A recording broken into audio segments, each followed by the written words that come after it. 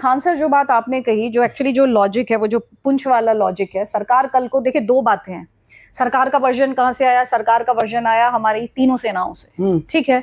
उसमें जो हमारे एयरफोर्स की तरफ से आया कि भाई हमने जो उनके 11 एयर बेसिस को डिस्ट्रॉय किया है, हमने जो उनका टेरर इंफ्रा है उसको हिट किया है। आप डिस्ट्रॉय की वीडियोस देखी हैं?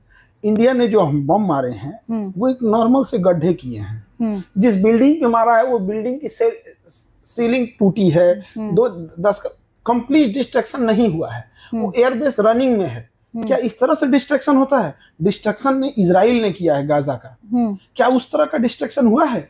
ये दिखाया गया था कि हम तुम्हारे पे हमला किए हैं। ये दिखाया गया था मीडिया के थ्रू भारत में कि हमने ऑपरेशन सिंदूर का बदला लिया है।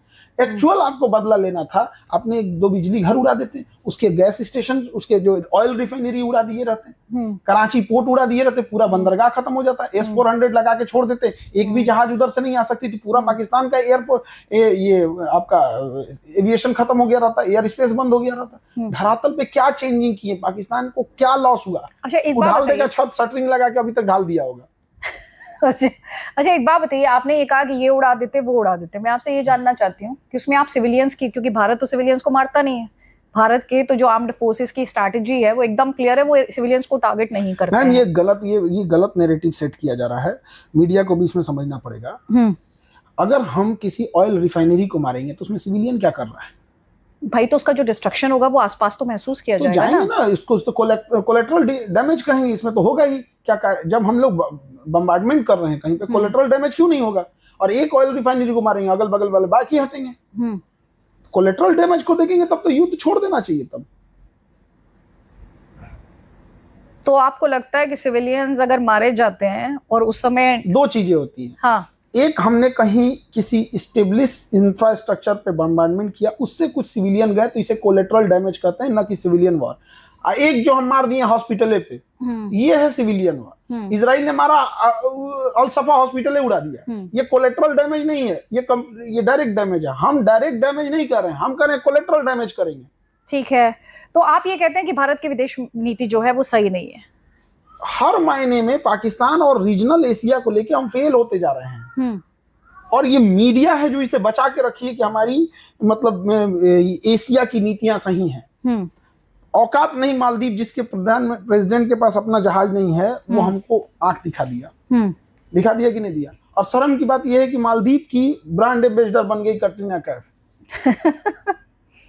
अगर ये ब्रांड एम्बेसडर कटरीना कैफ की जगह शाहरुख खान बने रहते हैं, आज बवाल हो गया रहता देश में। लेकिन कटरीना कैफ बनी है, मालदीव की नहीं हुआ। कहां जा रहे हैं? सेलेक्टिव अप्रोच है। ये आदमी ये काम करेगा तो हम विरोध करेंगे, ये करेगा तो नहीं करेंगे। आज शाहरुख खान को बना के देखिए ब्रांड एम्बेसडर मालदीव का। वो तो आमिर खान जवाब दे रहे हैं ना आजकल टर्की में, जो उनकी फोटो पहले का जो उनका है, जिसपे उन्होंने बाद में ये कहा भी कि भाई उस समय हालात ठीक थे।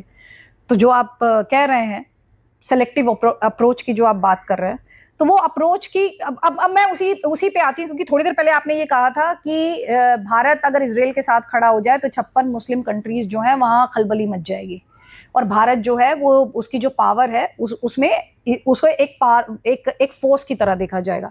लेकिन जब इजराइल के साथ खड़ा होगा सर, तो भारत के तो भीतर ही प्रोटेस्ट हो जाते हैं ना सर। मैम, इजराइल के साथ हम शुरू से खड़े रहे हैं, ऐसा कौन सा मामला है जहां हम नहीं खड़े रहे हैं? अटल बिहारी वाजपेयी से लेके मनमोहन सिंह से लेके मोदी जी तक सबका स्टैंड क्लियर है, 2 नेशन पॉलिसी। इजराइल अलग होगा, फिलिस्तीन अलग होगा। कहाँ चेंजिंग आई है हमें नहीं समझ में आ रहा है। शुरू से तो हम लोग वही कह रहे हैं, आज भी हमने वही कहा है। क्या चेंजिंग नहीं आई है हमें नहीं समझ में आता है। मीडिया में ना कई चीजें होती हैं, 2 चीजें परोस दी जाती हैं, ये ऐसे हो रहा है, ऐसे हो रहा है, वो दोनों में से कुछ नहीं हो रहा है। लोगों की इल्यूजन क्रिएट किया जा रहा है। हम आज भी अरब देशों के साथ कहते हैं कि भैया फिलिस्तीन, अटल बिहारी वाजपेयी, मनमोहन सिंह, मोदी जी दोनों, इवन राजीव गांधी से उठाइए, हम नेहरू से ही उठा लीजिए, देश आजाद जहां से हुआ है, 2 नेशन थ्योरी वहां से चल रहा होता है। आज भी हम लोग उसी पे स्टैंड पे कायम है। अरब देश तो खुद चाहते हैं कि इजराइल जो है वो फलस्तीन को नहीं पसंद करते। उसका रीजन है, फलस्तीन जो है वो डेमोक्रेटिक कंट्री है।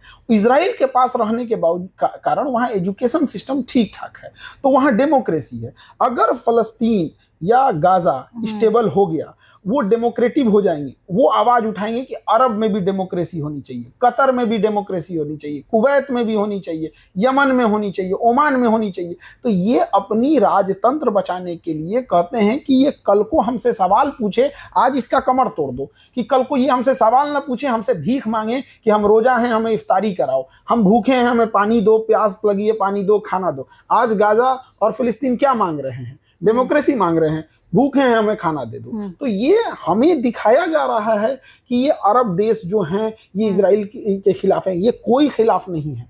अरब देशों ने स्पष्ट बोला था कि आप इजराइल को, आप फलस्तीन के साथ जो करना है करिए, हम ऊपर ऊपर से आपके साथ दिखाएंगे कि हम आपके साथ नहीं है।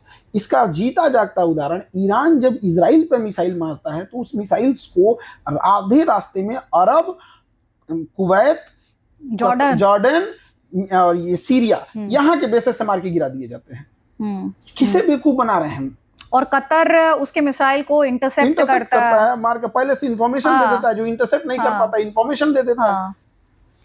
तो सब यही चाहते हैं। अच्छा, तो एक बात बताइए, आपने जो ये कहा, मैं ये जानना समझना चाह रही हूँ आपसे कि आपने ये कहा था कि हम किसी की लड़ाई क्यों लड़े, ठीक है? आप जो प्रोटेस्ट होने लगते हैं घर में, उससे पहले जो आप फिलिस्तीन की बात कर रहे थे, वहां पे जो हमास की मौजूदगी है, आपको नहीं लगता हमास को खत्म किया जाना चाहिए जो उन्होंने इजराइल के साथ किया अक्टूबर 7 को? मैम, ये बहुत खराब चीज लगती है हमको। हमास, अजमल कसाब हमको मारा, अजमल कसाब ताज होटल में बम फोड़ा, अजमल कसाब ने कैफे लियोपोर्ट पे मारा जहां इजरायली जाते थे, यहाँ पर उसने चैबल हाउस पे हमला किया जहां केवल इजरायली रहते थे। इसके बावजूद इजराइल ने अजमल कसाब को आतंकवादी नहीं माना। 2008 में हमला हुआ, उसने नहीं माना, इजराइल ने अजमल कसाब को आतंकवादी नहीं माना। हम हमास को मान ले? ये तो दोहरी नीति हो गई। मतलब हमारे जख्म पे तुम नमक। बेंजामिन नेतन्याहू मुंबई आए थे, बेंजामिन नेतन्याहू चैबल हाउस आए थे जहां इजरायली को मारा गया था, यहूदी बंधक बनाया गया था, कैफे लियोपोर्ट गए थे, इवन नरीमन हाउस में गए थे वहां पे जहां इजरायली बंधकों को बनाया गया था। बावजूद उन्होंने अजमल कसाब को आतंकवादी नहीं माना। मतलब कुछ तो लोग हैं जो पढ़े लिखे हैं, जो इस चीजों को जानते हैं। आधे देश की हम मानते हैं 80% लोगों को नहीं पता होगा कि चैबल हाउस क्या है। 80% लोगों को ये नहीं पता होगा कि बेंजामिन नेतन्याहू, बेशर्मी की हद हो गई, चैबल हाउस में आके अजमल कसाब को आतंकवादी नहीं माने। क्या बेशर्मी है ये चीजें? नहीं, लेकिन आपके हिसाब से हमास टेररिस्ट आउटफिट है कि नहीं है? बिल्कुल है, इजराइल के लिए। इंडिया को मानना चाहिए कि नहीं मानना चाहिए? इजराइल को अजमल कसाब को मानने में क्यों लेट हो गया?